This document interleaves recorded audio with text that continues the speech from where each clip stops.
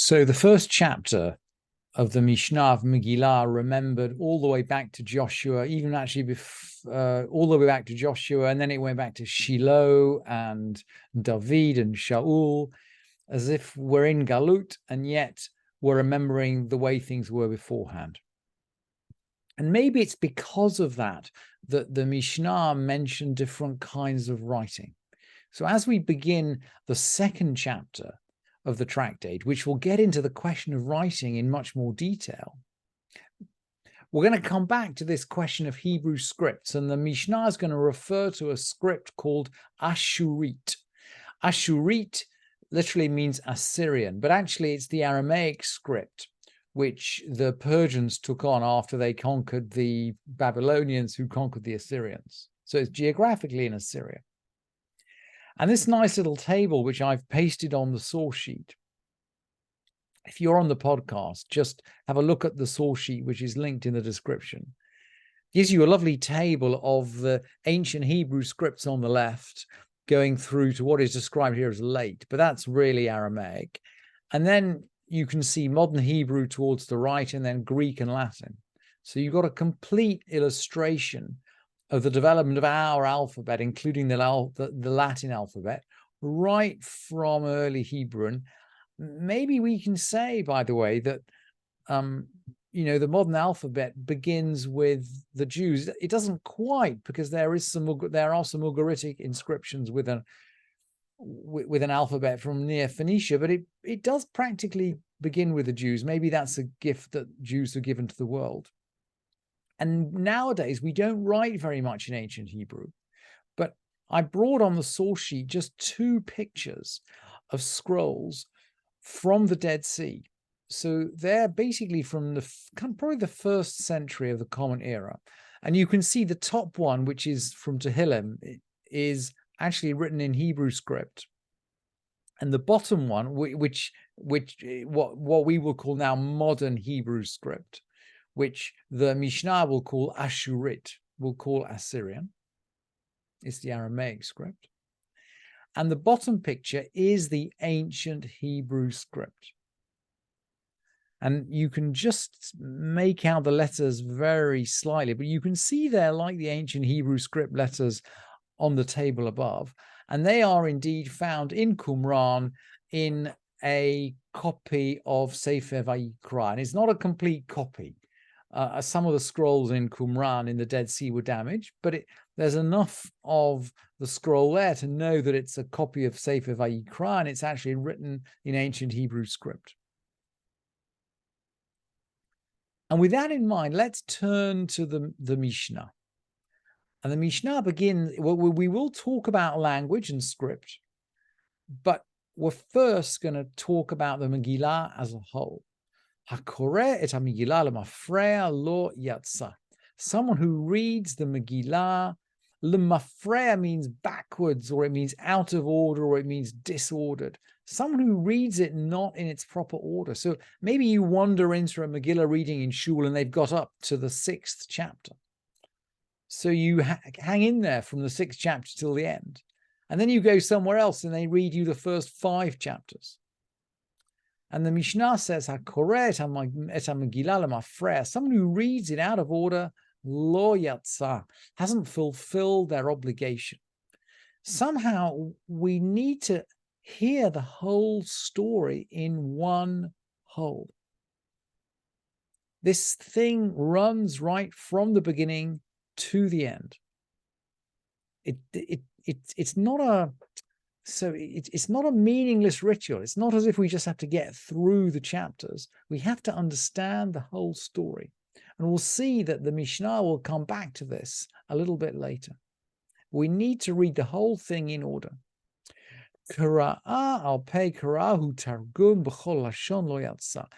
If someone read it off by heart, he hasn't fulfilled his obligation. There seems to be something about reading it from a scroll. Maybe here we're very conscious that we're in Galut and that the writings are written down on scrolls. And of course, Queen Esther and Mordechai both write these things down on a scroll. We have to read it on a scroll. We can't read it off by heart. Qira'at Targum, if someone read it in translation, and the Bartanura, by the way, I brought you the Bartanura on the source sheet because the Bartanura makes clear this is someone who reads it in a language that he doesn't understand. In other words, a Hebrew speaker who reads it in some other language. So Qira'ah, reading by heart, reading from translation, b'chol lashon, in any language other than Hebrew, obviously, lo yatsa, hasn't fulfilled this obligation. But, and here's the universal part of the Mishnah, and we'll see, by the way, as we go through the next few chapters, that generally the halacha is universal in this tractate. Aval korinot ala lo azot b'la'az, but they read it to foreigners in a foreign language.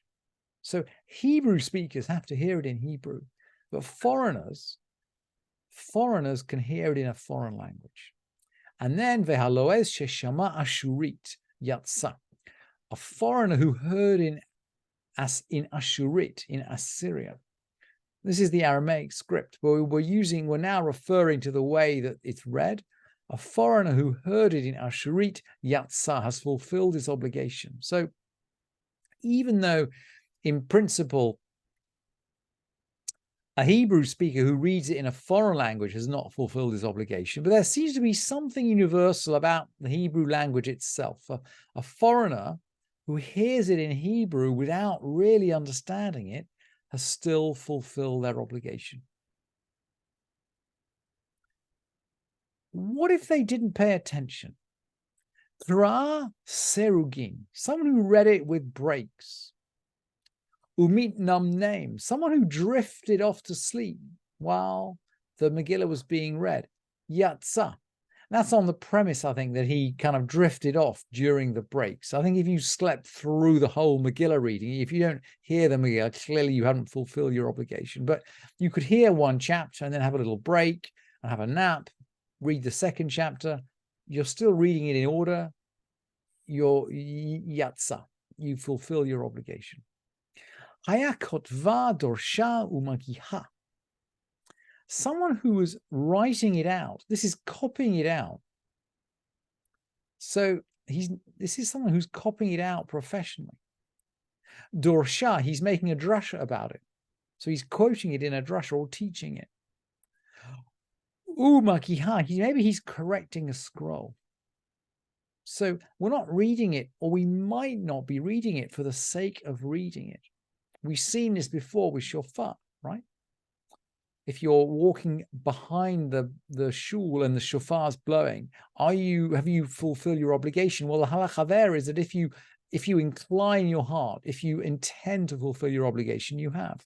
And this Mishnah rules the same way. Im kiveni bo yatsa. If he directed his heart, he's fulfilled his obligation. In other words, if he intended to fulfill the mitzvah as he was teaching it or correcting it or writing it out, then he's fulfilled his obligation. Ve'im lav lo yatsa. And if he didn't intend, he hasn't fulfilled his obligation. If he's writing it out, by the way, remember that we have to read the Megillah from a whole scroll. So I think if he's writing it out, the assumption is that he fulfills his obligation from the scroll that he's copying from, not from the scroll that he's writing. Because the scroll he's writing is not yet a whole scroll. So it's not useful at this point. It's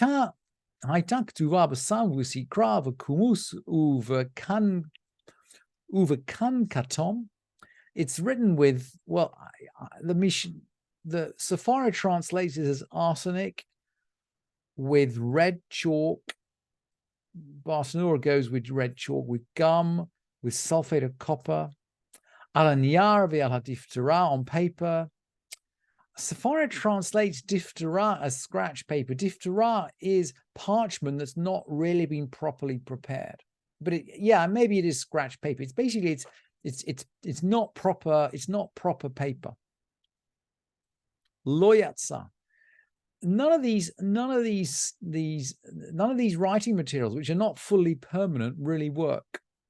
It has to be a permanent writing material. He hasn't fulfilled his obligation. Ad shetehei ketuva ashurit al hasefer uvdiu. Unless it's written, he hasn't fulfilled his obligation unless it's written in Aramaic script, in ashurit. on a scroll, and in ink. It's got to be written with proper materials in the proper script. And just the Bartanura just clarifies, al hasefer, on a scroll, that means al haklaf, on parchment. In other words, we're not talking about a paper scroll here or a paper book. We're talking about parchment. Ben ir shehalach lichrach uven krach shehalach leir. Someone from a town who went to a walled city. This is walled from the time of Joshua bin Nun. So he's from a town, he's supposed to read on the 14th. But in the walled city, they read on the 15th.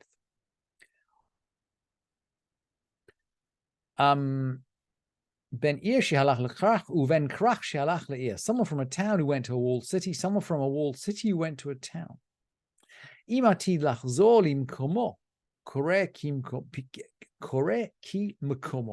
going to return to his old place, his own place, he reads like his place.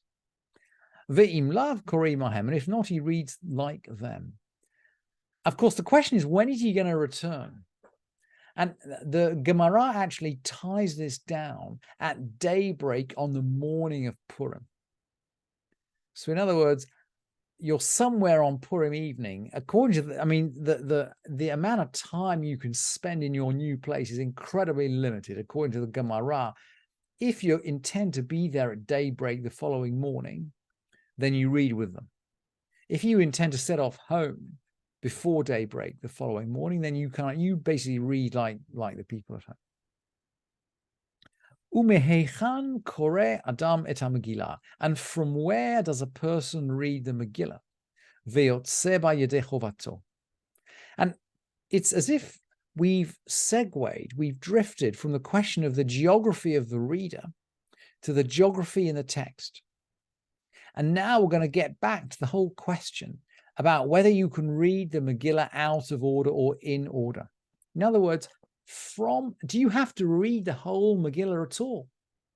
Or could you pick up halfway through the Megillah and still fulfill your obligation?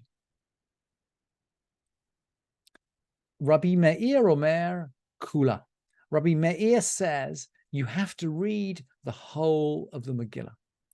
And it probably won't surprise us to learn that the halacha goes according to Rabbi Meir.